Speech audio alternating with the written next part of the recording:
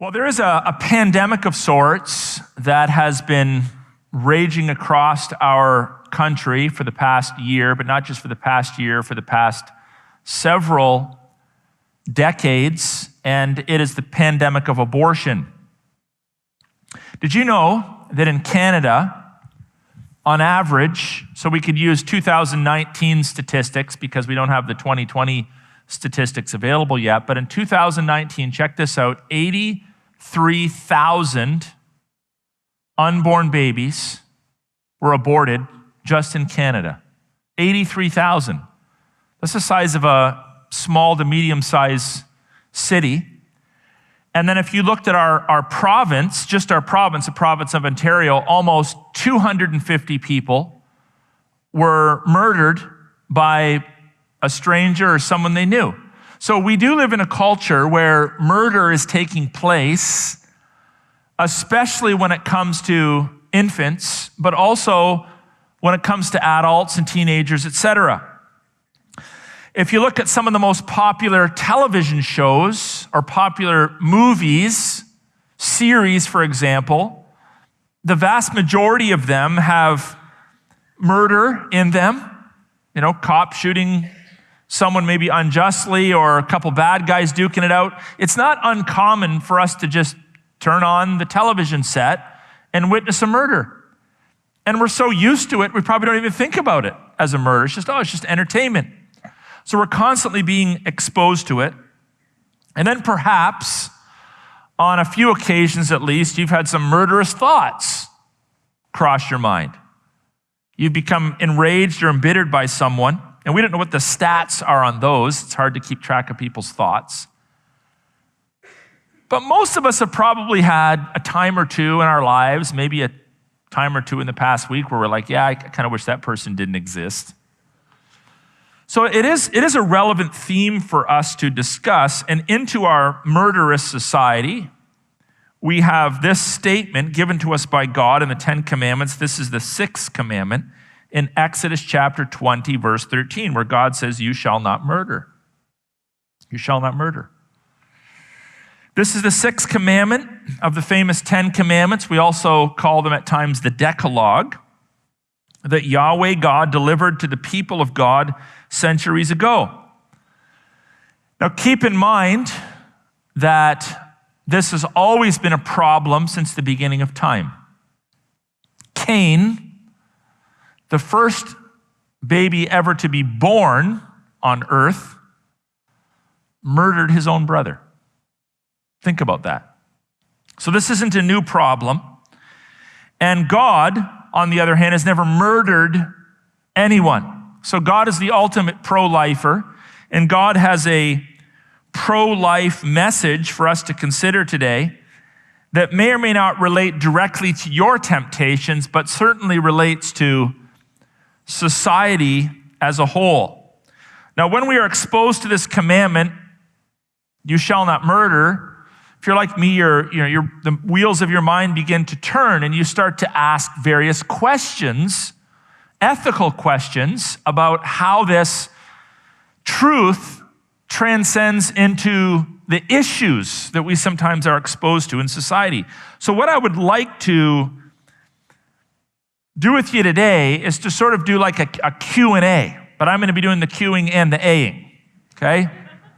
And I want to address ethical questions about taking human life. But as I ask these questions, I suspect that many of you have asked them as well, so I'm sort of going to ask them on your behalf. So here's some ethical questions that come to the surface when we start to consider this teaching that God has given to us, this commandment, you shall not murder. So the first one is, what qualifies as murder? What is murder and what isn't murder? And the definition I would offer you is this: murder is the taking of human life in a morally illegal way. Not in an illegal way because some cultures permit it by law. Not in a way that is moral, but in a morally illegal way. So it's the taking of human life in a morally illegal way. So we're not talking today about the various ways that human life can justly or rightly be taken. I'm going to give you several scriptures to that effect momentarily.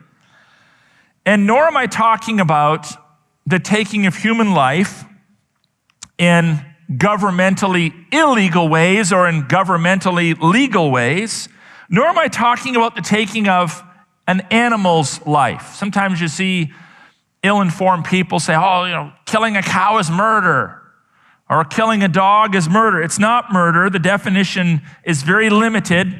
Murder pertains exclusively to the taking of human life. One can morally or immorally take the life of an animal, but one cannot murder an animal under any circumstances. So contrary to the way that people often use the word murder, one cannot murder an animal, and it's not always murder to take another human being's life. So when it comes to animals, by the way, for those of you that are animal lovers, and I care for animals, we have lots of animals ourselves. I'm not an extremist in this regard, but I do believe it's a stewardship issue to take proper care of the animals. I don't love my animals in the same way that I love human beings. Animals come, animals go, they die. I don't shed tears over that. But when I have animals in my care, I take very good care of them. And I'm always disgusted and repulsed by people that abuse animals. I think it's kind of sick and a bit sadistic to do that. But it's not murder to take the life of an animal. Nor does murder cease to be murder just because a government sanctions it, as in the case of abortion. Now, I hope you're aware that the biggest problem in Canada is not that we have laws that permit abortion, but we just don't have any laws at all. So it's kind of a free-for-all. You can just kind of do whatever you want. So theoretically in Canada, you can take the life of a child right up till the time it's in the birth canal. There's just no laws to that effect. This is obviously a problem. The Bible does not teach that humans can never, ever, under any circumstances, kill other humans. God himself has killed people, and God is never immoral. For example, after killing, not murdering, but after killing the Egyptian army who were pursuing the Israelites who had just escaped from captivity, Exodus 15:3 states, "The Lord is a man of war. The Lord is his name." Well, if God's a God of war, then we can't just say all war is evil. The taking of human life is always, under every circumstance, wrong. We can't say that because that would make God immoral. So we could say God kills, God takes human life, but God does not murder. For example, in theory, if you were an absolutely perfect person, as Adam and Eve were before the fall of mankind into sin, you'd never have to worry about having your life taken by God. Now that's a theoretical construct because we've all sinned and we're all therefore worthy of death. But God does not commit a moral act. So this is an interesting thing that I don't normally like to clutter up my sermons with a lot of detailed sort of technical exegesis and discussions about Hebrew words and Greek words and the like. I know some preachers seem to like to impress their congregations with that kind of discussion. I have no interest in that. But we do need to do a little bit of that today in order to understand this commandment. And in the Hebrew Bible, which is composed of Genesis through Malachi, the first 39 books of the Bible were written in Hebrew, and the New Testament was written in Common Greek. So in the Hebrew Bible, which has been translated into English, we generally call it the Old or Older Testament, or the Hebrew Scriptures. There are actually 7 different words that differentiate between murdering and various kinds of killing. So these words have different shades of meaning. And the particular word that's used in the 6th commandment is the word ratzak. Thou shalt not ratzak another person. That's the idea here. And this particular word occurs 47 times in the Old Testament. So we have lots of context. We can look at all the different usages of this word and see how it's being used in various situations and contexts. And what we discover when we study out the usage of this word is that ratzak is used in situations for premeditated, intentional murder of another human being. Premeditated, intentional murder of another human being. So you might ask, well, what are some of the other ways that similar kinds of words are being used in the scriptures? Well, there's other words, there's 6 other words, and they can refer to, for example, unintentional taking of another human being's life. So you kill someone by accident. That's a different word. Killing in war, that's a different word. That's not ratzak, that's a different word. Capital punishment, that's a different word that's being used in the scriptures. Or if you, by way of negligence, participate in some way in the death of another person. So the classic historical example is you have a big old mean bull on your property that's been known to stomp people, and you leave the gate open all the time, and it goes out and stomps your neighbor and kills your neighbor. Well, you didn't do the killing, and you didn't send the bull to kill your neighbor, but you're complicit in some way in that person's death. So that's a different Hebrew word. So there's various kinds of killing or murder that a person can engage in. And this word refers to premeditated, intentional death of another human being. So we cannot then say that, well, the sixth commandment forbids going to war. We can never go to war because the Bible says, thou shalt not murder. We have to stand against capital punishment because the Bible says, we can't murder. Or, the penalty for intentional murder is the same as letting your bull out. No, the Bible has a different theology, a different set of structures or standards, consequences, principles that apply to these different kinds of taking of a human life. So the second question then is, well, when is taking life morally unlawful, and what are the consequences of it?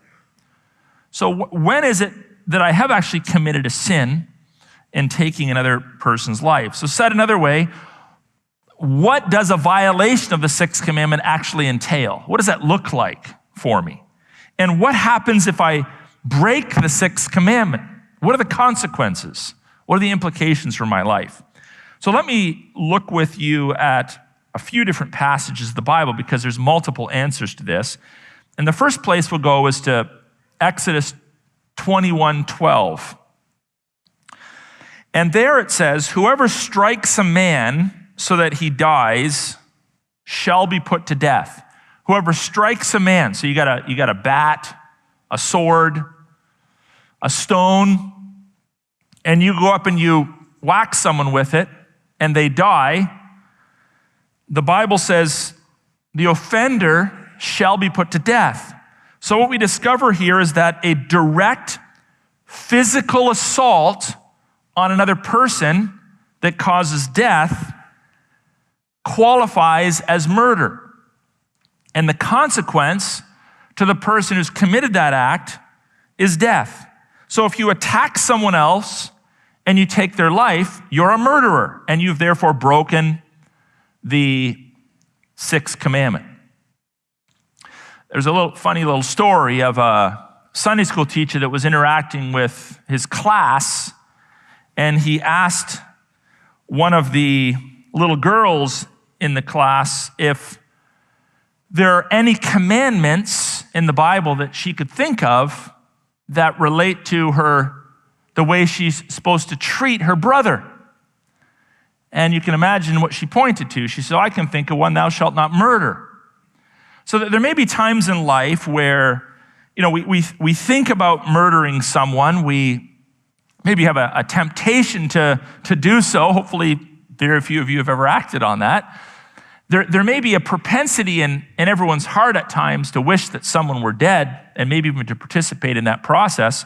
But what we need to understand is that is contrary to God's law. So we never just go and, there's no circumstance in which we're permitted to just go and snuff someone's life out because we hate them. There's a second application of this, though, in Scripture, and it's found in Exodus chapter 21, verses 22, 23, right through to 25. And this is especially appropriate and applicable given our circumstances, and that is carelessly, just carelessly, not even in a premeditated way, but carelessly causing the premature death of an unborn child is punishable by death. Think about that. So in Exodus 21, I'll just read 22 and then skip to 23, 24, and 25. It says, when men strive together, so let's say two guys are in a fight. They're duking it out. You know, there's a lot of testosterone going on. They're fighting over some issue. When two men strive together and hit a pregnant woman so that her children come out, you know, a premature delivery, if there is no harm, then you pay, or if there is harm rather, then you pay life for life. Notice God is acknowledging that an unborn child is a human life equal to a born child.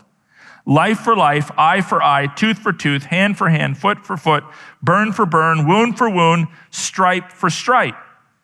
It's very clear. It's amazing how society casts this aside, and we have Christians running around opposed to capital punishment. They got all kinds of reasons for it. Well, it doesn't rehabilitate, it doesn't help. What if the person hasn't heard the gospel yet? Look, God makes up the rules. And God says that if you strike a woman and the child comes out, and as a result there is some injury, that injury is due to you as well. If you cause the death of that child, then your life is to be taken as well. Now, if that's true, two guys are fighting and they hit a woman and she miscarries and her child dies, how much angrier do you think God is when people deliberately make an appointment to go to a hospital or abortion clinic and have a child sliced and diced in the womb and vacuumed out? This would have been unheard of in ancient Israelite civilization. But it's taking place all the time, and you know what? There's more people in our society today that are appalled at the idea of a puppy mill than they are at an abortion mill. And doesn't that say a lot about the heart and soul of our nation? So God has some truth for us to consider in this regard. There's a third application of Ratzak, being an accessory to murder. So when King David, you remember the story of King David? He was more or less a great leader, but every once in a while he did something incredibly, incredibly wicked. And at one point he got lazy and he stopped working and he was lounging around his palace getting fat. And he's out on the roof one day and he looks out and he sees this beautiful woman, and the story goes he desired her, and so he calls her into the house and he gets her pregnant, and lo and behold, her husband is one of his choice warriors. Now, interestingly, her husband, his name is Uriah the Hittite, which is pretty important. It's not just Uriah, it's Uriah the Hittite, meaning he's a non-Jew. He's a righteous Gentile that had come into the nation of Israel and was serving the purposes of God, which is a fascinating thing. The kind of a last guy you would expect, but he's serving the purposes of God. So the contrast is here between a righteous, supposedly righteous Israelite that's acting unrighteously and an unrighteous Gentile that's acting righteously. So the story goes that David has him set up so that his life is taken at the hand of the Ammonites in battle. So David wasn't there. But when God confronts David in 2 Samuel 12:9, he says to his prophet, "Why have you despised the word of the Lord to do what is evil in his sight?" And then it says, "You have struck down." David could have said, no, it was the Ammonites. No, you have struck down Uriah the Hittite with the sword and have taken his wife to be your wife and have killed him with the sword of the Ammonites. Now, David wasn't put to death because he was the king, but he deserved it. He was culpable in the death of Uriah. And so a person can also be guilty of murder when they stand at the sidelines. You know, the sort of the idea of the Godfather who sanctions the murders of others. He's just as responsible as the trigger man. So when we sanction or knowingly permit murder, that is also disgusting and sinful in the eyes of God. Here's another one. Authorities who fail to punish murderers. So there's another king in the Old Testament. His name is King Ahab, and he's kind of a sucky baby. And he looks out at the vineyard of a guy by the name of Naboth, and he's like, well, this is a great vineyard. The guy's done a great job. Look at all the grapes. Think of all the wine I could make. And he goes and makes him an offer of purchase and sale. And Naboth's like, yeah, no thanks. Now, by the way, there's some law to this because the various tribes are supposed to keep their land unto themselves. So Ahab is sort of stretching the boundaries of God's civil laws, but that's not really the point I want to make. He starts to pout, and so him and his wife cook up a scheme whereby two liars go and tell everyone that Naboth had cursed God and broken the third commandment. Naboth is put to death unjustly because of a lie, and Ahab goes and buys the property. Now, while he was not the instrument of murder, he was a catalyst for it. So what does God say? 1 Kings 21, 17 to 19, read, Then the word of the Lord came to Elijah the Tishbite, saying, Go, arise, go down to meet Ahab, king of Israel, who is in Samaria. Behold, he is in the vineyard of Naboth, where he has gone to take possession. And you shall say to him, Thus says the Lord, you have killed and also taken possession. And you shall say to him, Thus says the Lord, in the place where dogs licked up the blood of Naboth, shall dogs lick up your own blood. So God basically says, you've taken this man's life, give it a little bit of time, and I'm going to take yours. So you see this idea here. This is like, these are premeditated acts. People are complicit in the death because of their foolish actions and in the death of other people. So all of these situations have something in common. A person intentionally or as a result of their absolute foolishness causes the death of another person. And therefore, this is a clear violation of this commandment.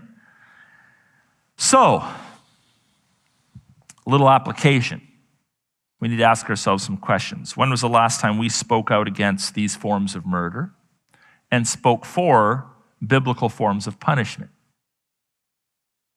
Spoke out against these forms of murder and spoke for biblical forms of punishment.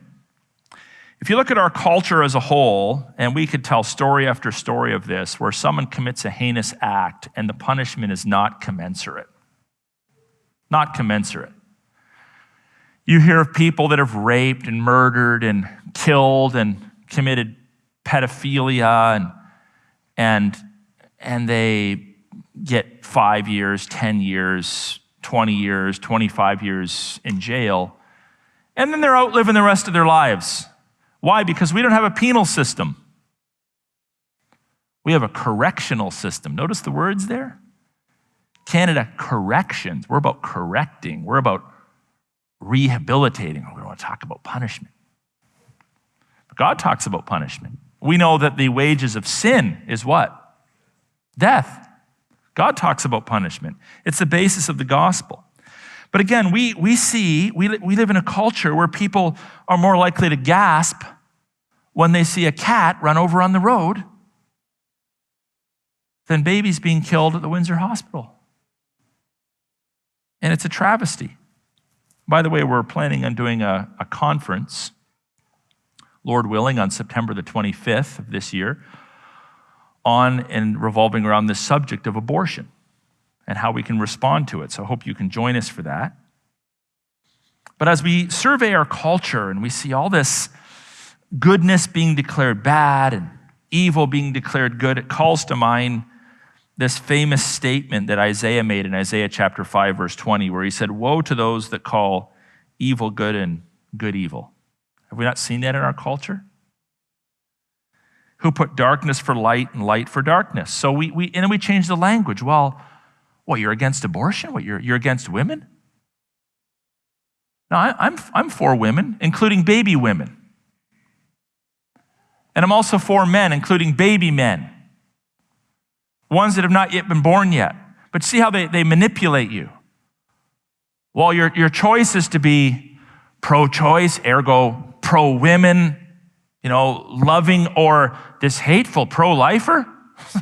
we flip the categories. Where those that are pro-choice, who are actually anti-life, are considered good. And if you're a pro-lifer, well, you must be some sort of a nut job who hates women, hates liberty. This is all the work of the devil. Brothers and sisters, it's good to stand against murderers and defend innocent life. Abortion should make us all throw up in our mouths every time we think about it. And rather than just getting philosophical about it and debating, well, should we pick it? Shouldn't we pick it? What images should we use in the signs? Just do something. Speak out against it. And regardless of your active response, your soul should always be stirred to righteous anger when abortion is mentioned or a murderer gets off with a jail sentence that's often shorter than a Hollywood marriage. It's a disgrace to a culture when this kind of thing takes place. Now, we do find hope that ultimately, even if people get away with it in this life, God will judge. So in Revelation 21:8, the last book of the Bible, it says, "But as for the cowardly." Did you know that being a coward is a damnable sin? You ever thought about that? Being a coward. And now this is a reference to your faith. A lot of cowards today in Christian churches and behind Christian pulpits. When you are cowardly, the faithless, the detestable, it says, "As for murderers, the sexually immoral, sorcerers, idolaters, and all liars, their portion shall be in the lake that burns with fire and sulfur, which is the second death." So if you die today, you go to hell. And then at the final judgment, you're removed and judged at the great white throne judgment, and then you go into the lake of fire. This is a proper understanding of damnation, and those that will be in there will include murderers. So all abortion doctors will be in the lake of fire for all of eternity. Now, that doesn't give us reason to stand on the sidelines and watch and just say, well, this world is not my home, just passing through. Let's just wait it out. At the end, God's going to have his way. No, we have a responsibility to stand for righteousness in the here and now. So if we have the opportunity, we're always pro-life in that respect. And there's nothing pro-choice about murder. You're either pro-life or anti-life. And again, the problem in our culture is most people are anti-life, but they actually think they're pro-choice. But really, they're just murderers, or they're complicit in murder. We've had this, let me speak to this indigenous situation that's taking place in our country today. Do I want to speak to it? Not really. Because you just open yourself up to scrutiny and criticism, but I must speak to it. Because it's an issue. So we have this indigenous issue, and we have these unmarked, let's not call them mass graves, by the way, let's use accurate language. They're abandoned cemeteries. They had wood headstones and wood fences, and they rotted. So they're abandoned cemeteries of children who should have never been taken from their parents into state custody. Because the state has no business indoctrinating or forcibly educating anyone's child. That's the main lesson we should be getting out of this, by the way. The state has no business indoctrinating or educating by force anyone's child. That's the big sin there. The secondary sin is that especially back in the early 1900s, there was clear racial prejudice and discrimination against indigenous peoples. There's plenty of evidence for that in the way they were treated. And shame on the churches that participated in that as the government's proverbial water boy. The church should never be the water boy of the state. We're separate from the state. We do our own ministry. So there's a problem there, and I want to acknowledge that problem, and I want to issue a word of condemnation against the system that permitted this. But it is telling It's very telling. A couple things that are telling about this, but one of the things that's very telling about it is that when these 215 children in Kamloops, for example, when those bodies were rediscovered recently, that there is moral outrage across our country, the burning of Roman Catholic churches, even Catholic churches that were built by and operated by indigenous priests, which is kind of weird. And these same social justice warriors, these people that are all up in arms and wearing orange and meeting in groups of 10,000, folks, they say nothing about the 83,000 children that were aborted this year, presumably thousands of which were also indigenous children. Isn't it interesting? The social justice warriors are always very selective in what they stand for. They're the same ones, by the way, that yell and holler and spit and scream when a few hundred people gather on 2001 Spring Garden Road for worship during a lockdown, but they're okay violating the rules to the tune of 10,000 people in London a week or so ago. These people are not about justice. They're not about justice at all. They're Marxists. They're against Christianity. And it just so happens to be, love it or like it, love it or hate it, that in the last 500 or so-ish years, white, European, Western males, for the most part, happen to have been at the head of the church. It wasn't always that way. It wasn't that way in the New Testament. The whites were all barbarians in Europe, right? The early leaders of the Christian church were Africans, what we would call Middle Easterns, Asians, Indians. But the last 500 years or so, it just happens to be, it's changing, by the way, really quick. It's heading down to South America and back over to Africa. Those are the big churches of the future. But it happens to be that in the last 500 years, it's, for the most part, white men that have been the popes, the bishops, the pastors, the leaders of churches. So the reason why culture hates white European men is because in their mind, white European men represent historic Christianity.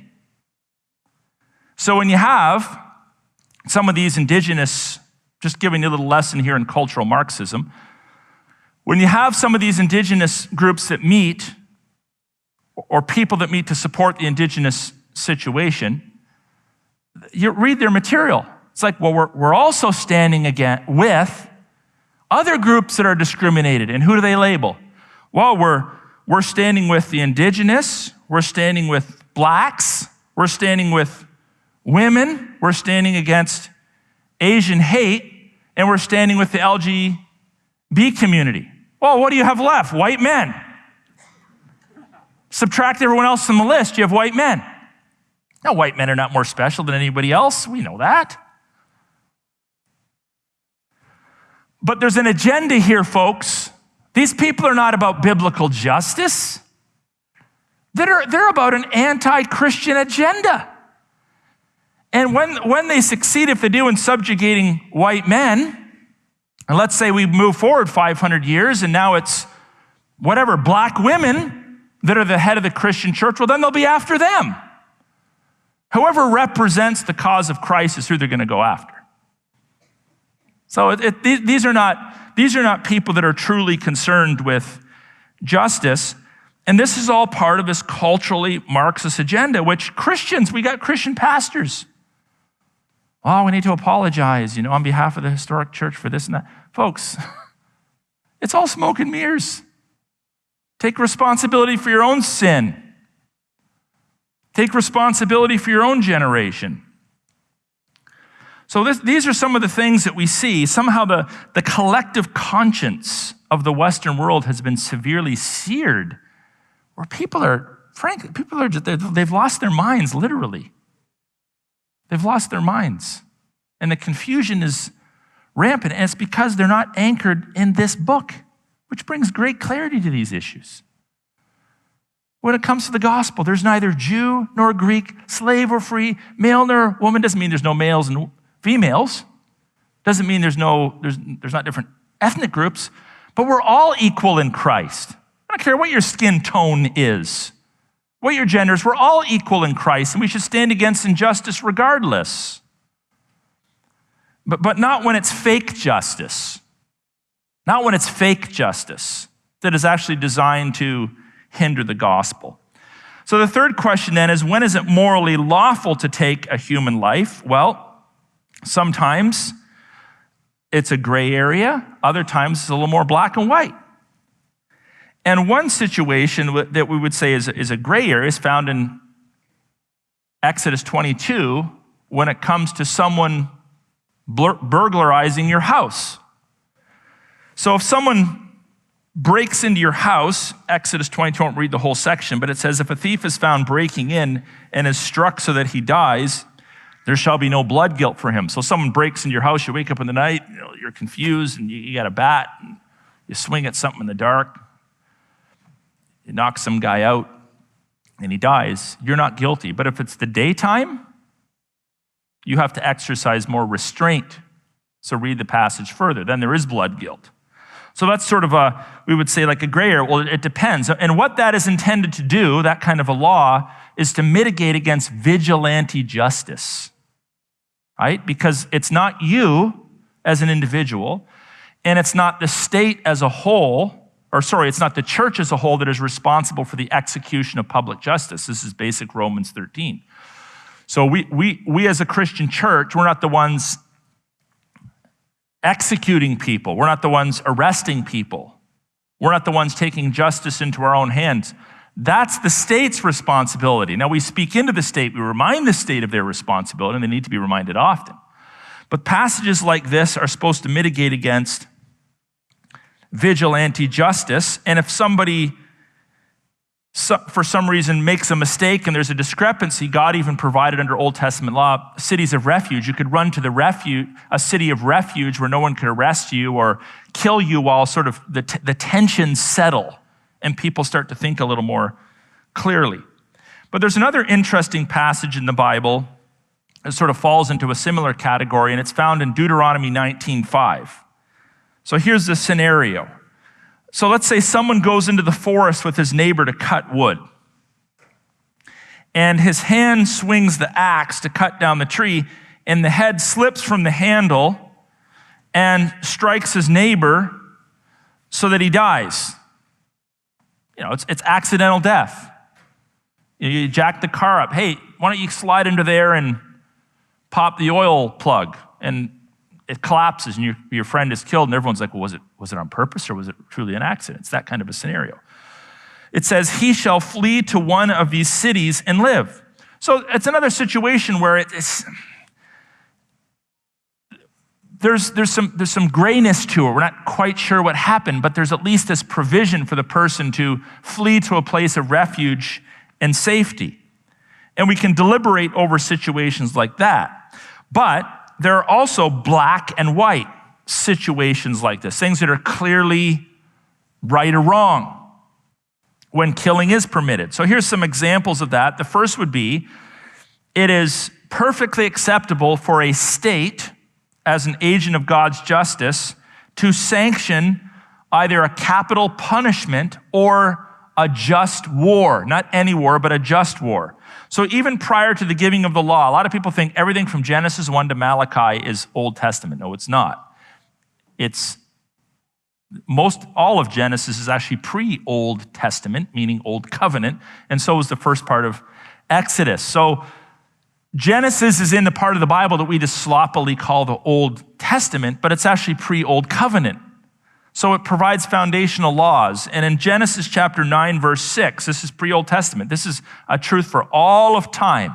It says, whoever sheds the blood of man, by man shall his blood be shed, for God made man in his own image. So this is not an Old Testament law. This is a creation mandate that if a person takes another person's life, God protects his image in human beings by executing those that would try to execute others. So if a person is a murderous warmonger, and we hear about it, we get our weapons and we go and liberate. those that he or she is putting to death. And that's a righteous thing. I know it wouldn't feel good. I get it. I'm not saying, oh, I'm looking forward to it or I'd want to do it. But you have a right and a responsibility to put to death a person that's putting other people to death. And there's no sin to be committed in that. I'm sure it'd be a traumatic thing. I've never been in that kind of a circumstance. But let us not fall into the trap of that many people in the West have fallen into. Well, there's some warlord in Africa slaughtering people. We're like, well, we're just going to send a diplomat. Well, we're just going to send some letters. Well, we're just going to, send tweets out and hope that he stops. It's perfectly acceptable to send in our army to stop that person by force. Murderers should also be tried and sentenced to capital death. And whether or not it's a deterrent, who cares?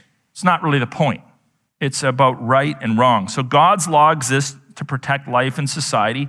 Paul said in the New Testament, 1 Timothy 1:9, understanding this, that the law is not laid down for the just, but for the lawless and disobedient, for the ungodly and sinners, for the ungodly and profane, for those who strike their fathers and mothers. Talked about that last week. For murderers. So any government law that hinders this is a useless, unjust, godless law. So if a nation bans capital punishment, as our nation has, that's an unjust, godless law that's contrary to the creation mandate that God has laid down for us. Now, I understand that when I'm preaching this way, there's a lot of societal pushback, right? Maybe not in here. Maybe a few of you are a little uncomfortable, and that's okay. But you preach this on the street, it's like, oh man, this guy is like an old-fashioned fundamentalist. He's a hyper-conservative, not very Canadian. And you can be branded as unloving or sort of an old-school thinker, but this is Bible. And you know what? I'm a creature, and I ain't apologizing to any other creature for what my Creator has ever said. So if you want to debate, we need to debate the text. But we should not throw aside God's law, because this is what God has declared for us to practice and to advocate for in jurisprudence and in society as a whole. So generally speaking, we know that murderers are, far and few in between, thankfully. But we also need to address one final question, and that is the issue of murderous attitude. So let's suppose you're mistreated, you're maligned, and you're like, I would like to kill Aaron. Okay, I would like to put him to death. Well, what does God have to say about that? What does God have to say about murderous thoughts? Well, here's where the teachings of Jesus dovetail with Old Testament teachings by addressing the root issue, which is hatred. So Jesus said to us in Matthew 5:21, have you heard that it was said to those of old, you shall not murder, and whoever murders will be liable to judgment? You heard that? Jesus doesn't say, oh, by the way, I vetoed that one. But he adds to it. He addresses the heart issue, which is kind of one of Jesus' specialties. But I say to you that everyone who is angry with his brother will be liable to judgment. So he reminds us of the heart issue, that you're also going to be judged, maybe not in the here and now, but in the future, by your attitudes toward other people. So rather than abolishing the sixth commandment, Jesus expands it, and he reminds people of the essence of the issue, which is a heart issue. So while we are forbidden to murder other people, and we know that if we do, we'll be judged by both man and God, there's also this added lesson here that if we have a murderous heart, we're definitely going to be judged by man or by God, even if man isn't aware of it. So we need to kind of take stock of our attitudes towards other people. And then Jesus goes on in the same passage to give us 3 scenarios of mistreatment for Jewish culture. So if you're from a Mennonite church, like my wife is, or a church that has historically taught you, no, Christians always have to avoid war, avoid any sort of violence. You've been mistaught. You've been misled. I'm telling you that straight up. You've been misled. That's not what the Bible teaches. Here's what Jesus says, and this is the passage that's often used to promote a form of pacifism, that we never ever push back against evil. It says in Matthew chapter 5, verses 38 to 42. Now, you have heard that it is said, an eye for an eye and a tooth for a tooth. But I say to you, do not resist the one who is evil. But if anyone slaps you on the right cheek, turn to him the other also. And if anyone would sue you and take your tunic, let him have your cloak as well. And if anyone forces you to go 1 mile, go with him 2 miles. Give to the one who begs from you, and do not refuse the one who would borrow from you. So, this is the classic proof text for pacifists. But is this passage speaking about pacifism towards war? Or pacifism towards murderers? Or pacifism towards rapists? Is that what Jesus is talking about? No, that's not what Jesus is talking about. This has nothing to do with passivity to violent attacks. This is not a call to, smelt your weapons down. Get rid of your guns. This is not a passage that vetoes capital punishment. But rather, these are all examples of people being personally offended and how we respond to personal offenses. Nothing to do with our response to murder, but how we respond to personal offenses. So, for example, if it said if someone stabs you in the gut, on the right side, let him stab you in the left side also. Well, then it would be an issue of violence. But to be slapped on the right cheek, so if someone's standing in front of you and they slap you on the right cheek, they're doing so with their left hand. And the left hand, I don't want to be gross, but let's just make sure we're understanding, was your toilet hand in the Middle East. This was the hand that people, absence of cottonelle, used to try to keep themselves clean. So to be slapped on the right cheek was to be slapped with the left hand. This was very offensive. This is about personal offense. In the same way, a Roman soldier could by law say to any Jewish citizen, okay, I want you to carry my luggage 1 mile. But he couldn't ask you to go 1.1. He couldn't ask you to go 2 miles, but he could by law ask you to help him to the tune of 1 mile. It's kind of offensive. You get this occupying force taking advantage, but there's still limits to it. Jesus says, hey, carry his luggage 2 miles. Carry his luggage 2 miles.